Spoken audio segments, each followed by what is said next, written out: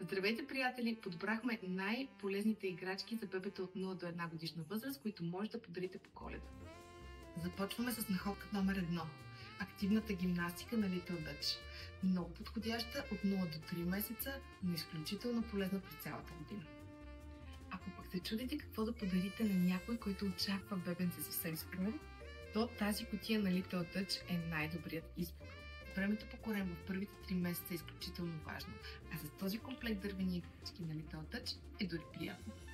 Ако пък сте фенове на метода Монтесори, предлагам ви тези невероятни комплекти, подбрани с играчки специално за развитието на децата от 0 до 6 и от 6 до 12 месеца.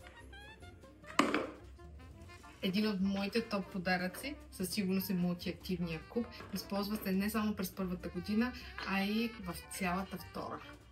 Не забравяйте да включите към подаръците и пъзелите за бебета, защото те формират финната моторика и също така стартират развитието на когнитивното мислене при бебетата. А тези на Little Dutch те дори идват и с музика.